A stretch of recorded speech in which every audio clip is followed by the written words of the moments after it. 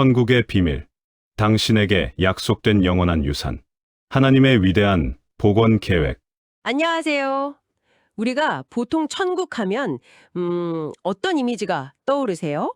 뭐 구름 위에서 하프를 켜거나 끝없이 찬양만 하는 그런 평화로운 모습? 네, 그렇죠. 대부분 그렇게 막연하게 상상하죠. 그런데 오늘 우리가 살펴볼 자료는요.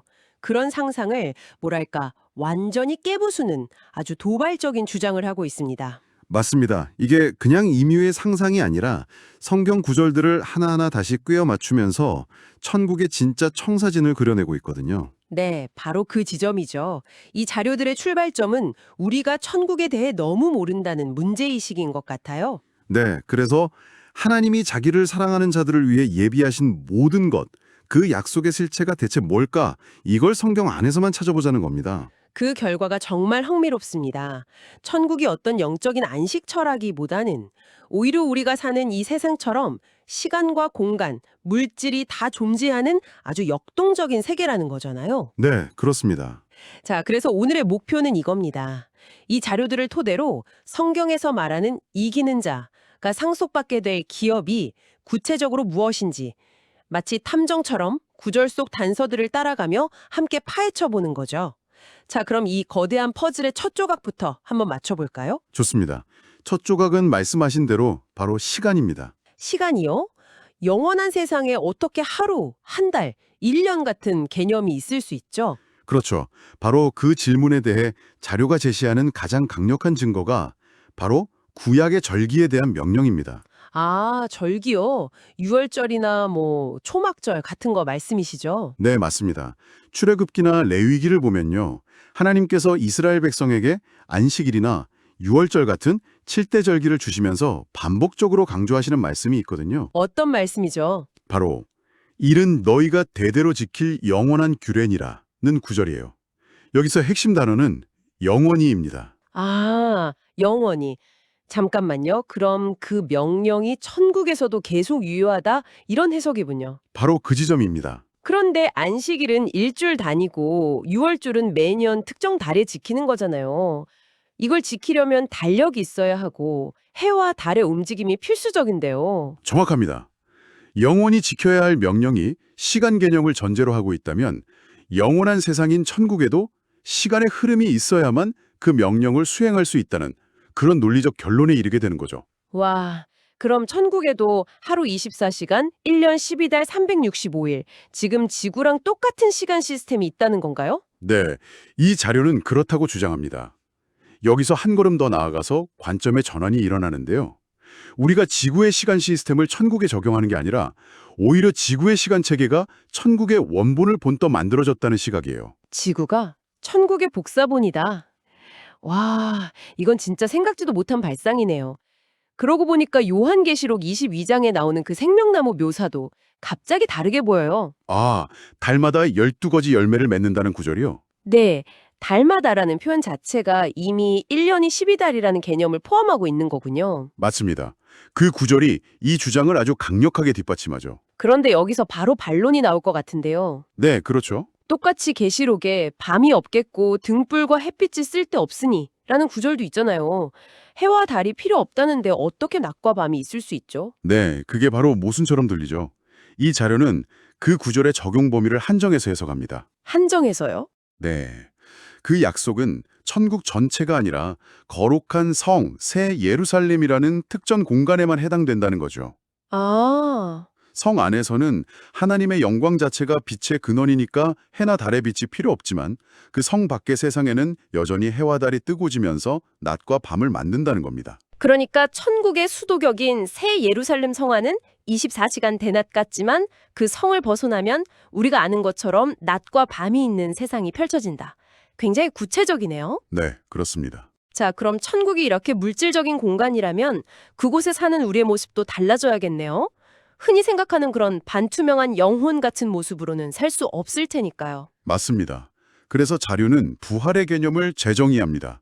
고린도전서 15장을 보면 썩을 것이 반드시 썩지 아니할 것을 입겠고 라는 구절이 나오죠. 네네. 부활은 영혼만 남는 게 아니라 우리의 영이 그 물질 세계에서 영원히 살아갈 수 있도록 하늘의 물질로 만들어진 완전한 육체를 새로 입는 것이라고 설명해요. 새로운 몸을 입는다.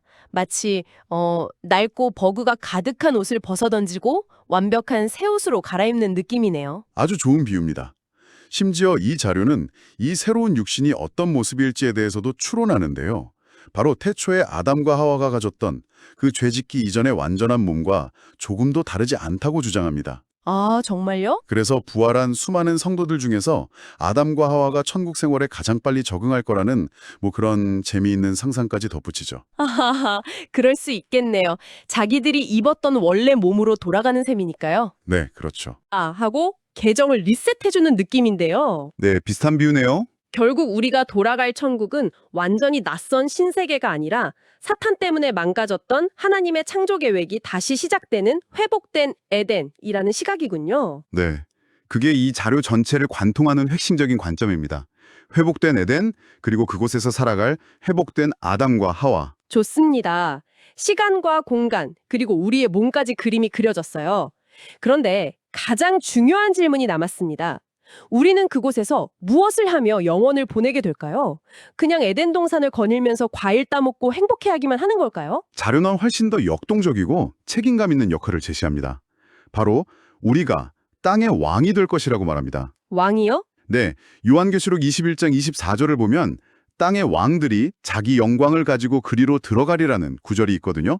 대부분 이 땅의 왕들을 세상의 권세가들로 해석하지만 이 자료는 그 왕들의 정체가 바로 구원받은 우리 자신이라고 주장하는 거죠. 우리가 왕이 된다고요? 그건 좀 너무 거창하게 들리는데요? 근거가 있습니다. 계시록 5장 10절은 더 직접적으로 말해요. 어떻게요? 그들이 땅에서 왕노릇하리로다. 이렇게요. 그리고 예수님을 칭하는 호칭 중에 만왕의 왕이 있잖아요. 네, 그렇죠. 이 칭호가 성립하려면 그분을 섬기는 다른 왕들이 존재해야만 합니다. 그 왕들이 바로 우리라는 거죠. 만왕의 왕을 섬기는 여러 왕들. 알겠습니다. 논리적으로는 이해가 되는데 그럼 또 다른 질문이 생기네요. 왕이 있으면 다스릴 백성이 있어야 하잖아요. 우리 모두가 왕이라면 대체 누구를 다스린다는 말이죠? 여기서 이 자료의 주장 중에 가장 파격적이라고 할 수 있는 내용이 나옵니다. 뭔데요? 우리가 다스릴 백성은 바로 우리의 후손들입니다. 후손들이요. 잠깐만요. 부활한 우리가 아이를 낳는다는 건가요? 그렇습니다. 이 해석의 뿌리는 창세기 1장 28절 하나님이 아담과 하와에게 주신 최초의 축복 명령으로 거슬러 올라갑니다. 생육하고 번성하여 땅에 충만하라, 땅을 정복하라. 그거요. 네, 맞습니다. 모든 생물을 다스리라. 이 명령은 인류의 타락 때문에 이 땅에서 불완전하게 성취됐고 결국 중단됐죠. 하지만 계획하신 것은 반드시 이루시는 하나님께서 이 위대한 계획을 폐기하셨을 리 없다는 겁니다. 그러니까 사탄 때문에 잠시 일시 정지되었던 그 생육하고 번성하여 다스리는 프로젝트가 영원한 세상에서 첫 열매인 우리를 통해 다시 재생된다는 거군요. 정확합니다. 우리가 수많은 새로운 아담과 하와가 되어서 각자의 가정을 이루고 그 후손들이 번성해서 만국, 즉 여러 나라들을 이루게 되고요. 우리는 그 나라들을 다스리는 왕이 된다는 것이 이 자료가 그리는 미래입니다. 이야, 정말 스케일이 다르네요.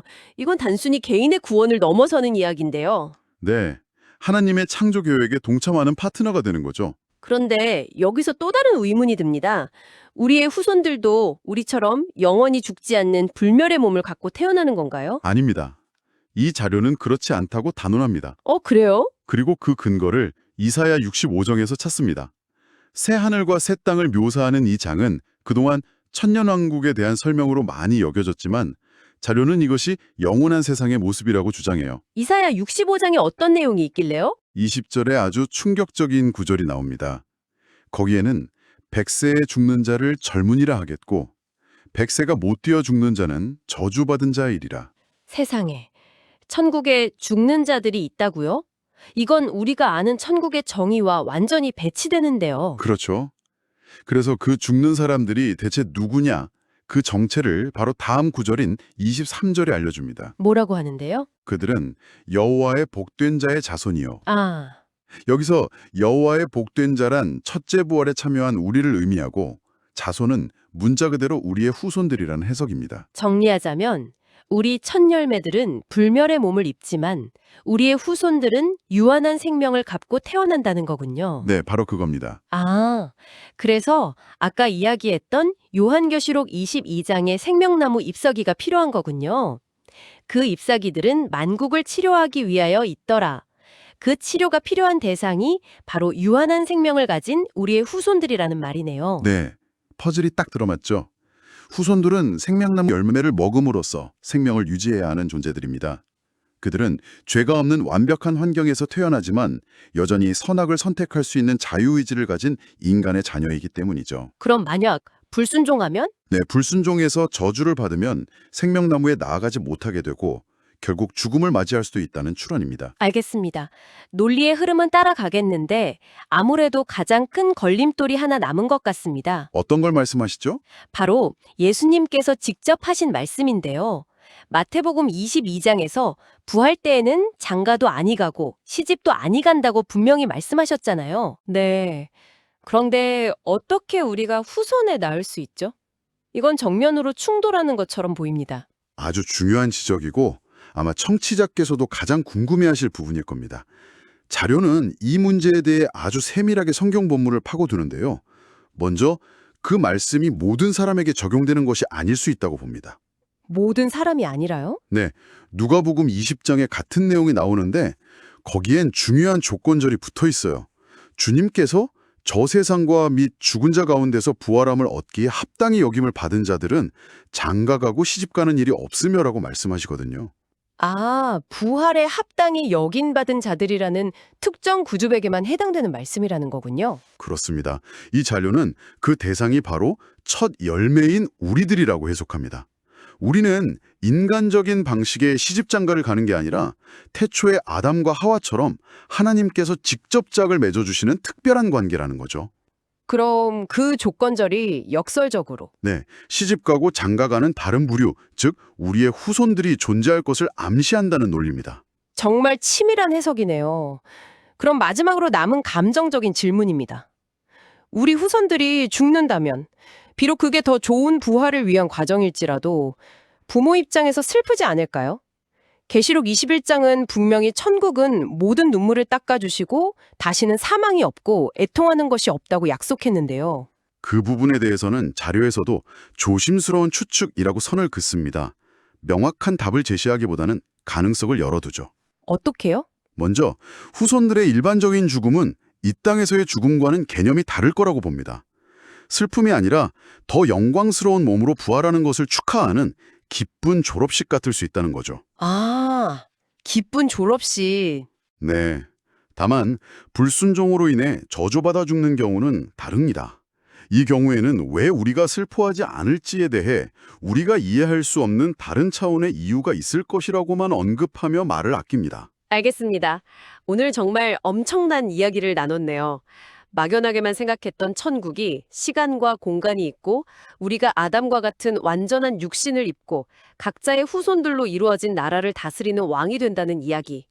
마치 사탕 때문에 중단되었던 창세기 1장이 수천 년의 시간이 흐른 뒤 우리를 통해 마침내 다시 시작되는 장대한 서사시 같습니다. 맞습니다. 이 관점으로 보면 예수님이 말씀하신 밭에 감추인 보화 비유가 전혀 다르게 다가옵니다. 어떤 사람이 밭에서 보물을 발견하고는 자기의 모든 소유를 다 팔아서 그 밭에 사지 않습니까? 네, 그렇죠. 우리가 상속받을 기업이 이토록 거대하고 구체적이라면 그 보물의 가치를 제대로 안다면 현재 우리가 겪는 고난이나 희생은 장차 나타날 영광과 정말로 비교할 수 없다는 말씀의 무게가 실감나게 되는 거죠. 그러게요. 단순히 죽어서 가는 곳이 아니라 내 모든 것을 걸고서라도 쟁취해야 할 나의 영원한 기업이 되는 거네요. 그렇다면 마지막으로 이런 생각을 해보면 어떨까요? 만약 오늘 우리가 살펴본 내용처럼 천국에서의 삶이 이 땅에서 중단되었던 하나님의 창조 계획을 이어받아 완성해 나가는 것이라면 지금 우리의 이 삶은 단순히 천국행 티켓을 받고 기다리는 대기 시간이 아닐 겁니다. 오히려 그 영원한 나라의 통치자이자 한 문명의 시조가 될 사람으로서 모든 것을 미리 배우고 준비하는 뭐랄까 훈련 기간 혹은 인턴십으로 볼 수도 있지 않을까요? 여러분이 상속받게 될 그 영원한 기업은 어떤 모습일지 한번 상상해 보시는 건 어떨까요?